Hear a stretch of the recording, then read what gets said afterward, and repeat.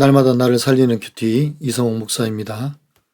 오늘 큐티 본문은 에스라 8장 31절에서 36절까지입니다. 주의 말씀으로 하루를 시작하게 하시니 감사합니다. 오늘도 주의 말씀과 동행하는 한 날이 되기를 소원합니다. 말씀해 주시옵소서. 듣겠습니다. 오늘은 여호와께 드린 번제라는 제목으로 함께 말씀 묵상하기를 원합니다. 첫 번째로 은혜의 여정과 거룩한 책임으로 드리는 제사입니다. 31절과 32절에서 에스라와 그의 일행들이 아하와 강을 떠나 예루살렘으로 갈 때 길에 매복한 자들의 위협이 있었습니다. 그러나 이 여정 가운데 하나님의 손이 그들을 지켜주시고 안전하게 인도해 주셨습니다. 그래서 그들은 무사히 예루살렘에 이르게 됩니다.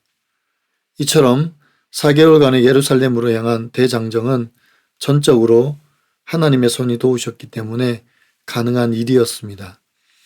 예루살렘에 도착한 에스라 일행은 3일을 쉬면서 중요한 일과 급한 일을 분별합니다. 33절과 34절입니다. 제4일에 우리 하나님의 성전에서 은과 금과 그릇을 달아서 제사장 우리의 아들 무레못의 손에 넘기니 비느하스의 아들 엘라살과 레위 사람 에수아와 아들 요사박과 빈누이의 아들 노아자가 함께 있어 그 모든 것을 다 세고 달아보고 그 무게의 총량을 그때에 기록하였느니라고 합니다. 4일째 되는 날에 에스라 일행은 성전에서 은과 금과 그릇을 달아서 제사장들에게 넘깁니다. 모든 것을 다 세고 달아보고 그 무게의 총량을 다 기록합니다. 이것은 하나님께 드리는 예물을 정확히 구별하는 행위입니다. 또 하나님께 드리는 예물을 투명하게 관리하기 위함입니다. 이처럼 성도의 사명은 하나님께서 맡기신 재물을 온전히 잘 관리하고 다스리는 것입니다. 또한 손실 없이 제자리에 잘 두는 것입니다. 이것이 영적 결산입니다. 우리에게 맡겨주신 직분, 물질, 그리고 마음을 하나님 앞에 정직하고 성실함으로 드리는 것입니다. 이것이 하나님이 기뻐하시는 거룩한 산 제물입니다. 그리고 내 삶의 모든 곳에서 하나님을 기뻐하는 영적인 제사입니다. 여러분 어떻습니까? 내가 하나님을 예배할 때 미리 준비하고 나갑니까? 아니면 허둥지둥 준비해서 나갑니까? 내 삶의 영적 기록부에 하나님께 드린 흔적이 온전히 남아 있습니까?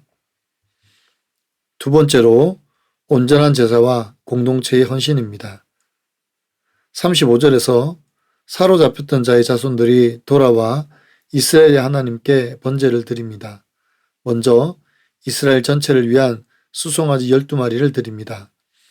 이것은 하나님께서 온 이스라엘 12지파로 하여금 무사히 귀환하도록 도우심을 감사하며 드리는 예배입니다.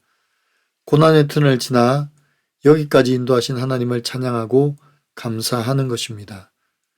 또 그 외에도 순양이 96마리, 어린 양이 77마리, 또 속죄제의 순염소 12마리를 여호와께 번제로 드립니다.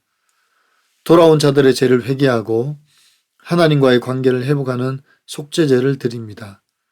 그들은 자신들이 드릴 수 있는 최선의 제사를 드리고 있습니다.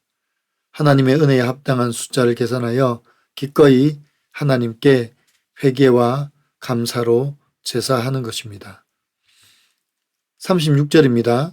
무리가 또 왕의 조서를 왕의 총독들과 유브라데 강 건너편 총독들에게 넘겨주매 그들이 백성과 하나님의 성전을 도왔느니라고 합니다. 에스라는 이미 아닥사스다 왕으로부터 전군을 위임받은 조서를 가지고 있었습니다. 그러나 그는 그의 권력을 행사하는 것이 아니라 먼저 하나님의 예물을 결산하고 번제를 드린 후에 강 건너편 총독들을 찾아갑니다. 여기서 우리는 우선순위를 보게 됩니다. 우리도 삶의 우선순위를 잘 정해야 합니다.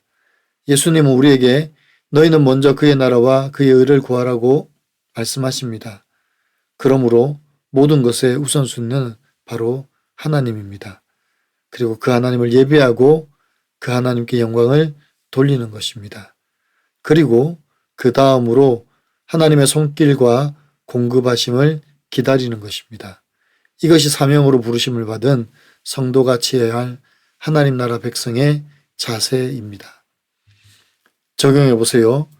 내 삶의 가장 우선순위는 무엇입니까? 하나님을 예배하는 것은 몇 번째입니까?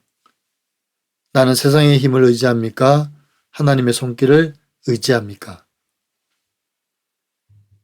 오늘 큐티 묵상 간증은 욕심에 사로잡힌 인생이라는 제목의 한 성도님의 묵상 간증입니다. 예술중학교 입시에 낙방한 큰딸은 자기 기도를 들어주시지 않는다며 하나님을 원망했습니다. 한 달 동안 우는 아이를 보며 저도 마음이 무너졌고 하나님이 정말 살아계신가 하고 의심하기도 했습니다. 이후 저희 가정은 이사하면서 한동안 교회를 정하지 못하고 방황했습니다. 그러다 저는 예스라 선지자 같은 언니의 권유로 큐티하는 공동체에 인도되었습니다. 그리고 말씀을 들을 때마다 알 수 없는 눈물이 흘렀습니다. 그런데 어느 날 남편의 외도가 드러났습니다. 저는 남편의 죄를 세고 무게를 달아보며 배신감에 울부짖었습니다. 그러나 지체들은 오히려 이 사건이 하나님의 손이 저희 가정을 도우시는 일이라고 말씀으로 해석해 주었습니다.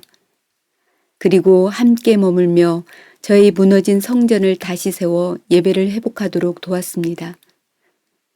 그러자 남편이 도박빛을 지고 바람 피운 것이 모두 중독에 사로잡혔기 때문임을 알았습니다. 그리고 저 역시 자녀 교육에 과도하게 지출한 것이 내 미래와 노후 보장을 위한 욕심에 사로잡혔기 때문임을 깨닫고 회개했습니다. 이런 제 삶의 결론으로 현재 성인인 두 딸은 교회를 떠나 있습니다. 자녀들의 구원을 생각하면 저절로 애통한 마음이 듭니다.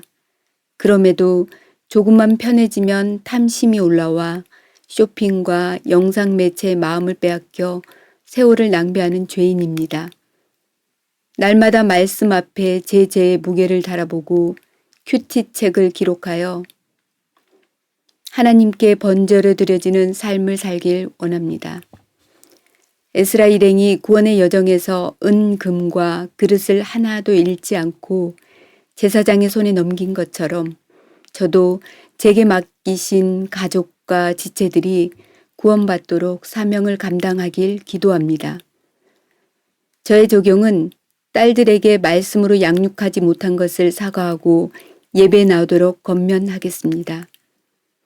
남편의 외도로 힘들어하는 지체들의 이야기를 잘 듣고 제 간증을 나누겠습니다.입니다. 사랑하는 성도 여러분, 우리 인생의 대장정 속에서 진정한 승리는 단순히 목적지에 도달하는 것이 아닙니다. 하나님이 맡겨주신 사명을 잘 지켜내는 것이고 거룩하고 정직하게 그 걸음을 완주하는 것입니다. 하나님은 우리가 드리는 온전한 번제와 정직한 제사를 기쁘게 받으십니다. 그래서 우리에게 맡겨주신 사명을 감사와 기쁨으로 감당해야 합니다. 이제 내 손에 쥐어진 세상의 힘과 권력이 아니라 하나님의 도우시는 손길을 의지하며 하나님의 일하심을 날마다 경험하며 살아가는 저와 여러분이 되시기를 기도합니다.